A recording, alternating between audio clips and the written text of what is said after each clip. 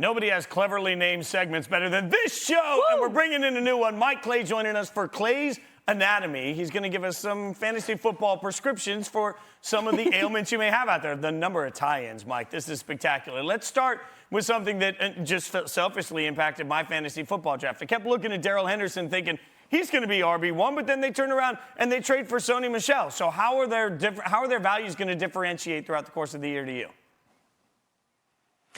Well, look, I think out of the gate, if you have Darrell Henderson, you're probably in good shape, right? He's been with the team now going on 3 seasons. Sony Michel just recently joined the Rams in the trade, across the country from the Patriots. So I think he'll be somewhat limited out of the gate here against Chicago in Week 1. Darrell Henderson should get a bulk of the workload.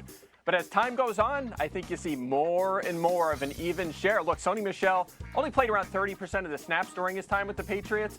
But he played pretty well at times, especially last season. It was a small sample, but he was top 3 at running back in yards per carry and yards after contact. Also, it's a contract year for Sony Michel, so a lot of motivation to get that big second contract in the NFL. And Darrell Henderson, by the way, last season, even when Cam Akers wasn't there, was still playing second fiddle in snaps to Malcolm Brown, who's now gone. So I think that, eventually you're going to see more of a two-headed attack here for the Rams. All right, Mike, you're not as high on Courtland Sutton this week as some of your peers are, with Teddy Bridgewater at QB, Jerry Jeudy primed for a big sophomore campaign.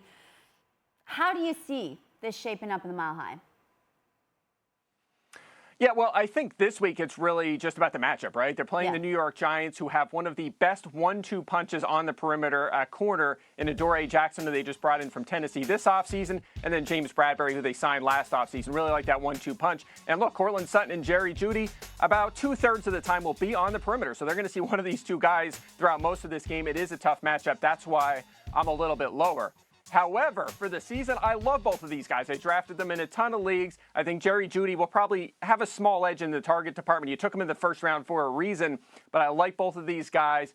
Sutton sees a lot of work near the goal line. Judy's efficiency will be way better. And by the way, Teddy Bridgewater, one of 2 quarterbacks to support 3 top 25 fantasy receivers last season. He's now with Denver. That's good news for Jeudy and Sutton. All right, so Mike, everybody cares about target share, and we all know for a young quarterback having good tight end play can be a big help. In New England, they spent a lot of money on 2 of them, Jonnu Smith and Hunter Henry. Both can be explosive options. So how do you view this playing out over the course of the year?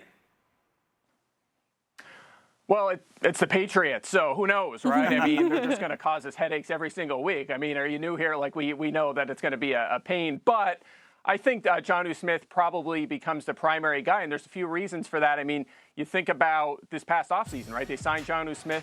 He comes in there, stays healthy, a lot of hype, looks like he's going to be the guy. And Hunter Henry, meanwhile, has a shoulder injury, and he's dealt with injuries throughout his career, missed a lot of time. So especially early on, I think you'll see a lot of Jonnu Smith. I think he has a chance to be a fantasy starter, whereas Hunter Henry, more of a touchdown-dependent tight end, too, in fantasy. Look, the Patriots last year had 12 passing touchdowns, not just the tight end for the season, to all positions. That was tied for dead last in the NFL. It's going to be a different offense with Cam Newton now and a more of a pocket quarterback and Mac Jones in. It helps all the pass catchers and will certainly help these 2 tight ends. So Jonnu Smith, the priority, but if you have a bench spot open, you can take a shot on Hunter Henry and see what he does. Yeah, Jonnu, somebody that was incredibly explosive in Tennessee. I think a lot of people are going to fall in love with him. Mike, we appreciate you. Thank you so much for hanging out with us.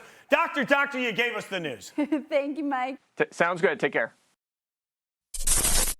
Thanks for watching ESPN on YouTube. For live streaming, sports, and premium content, subscribe to ESPN+.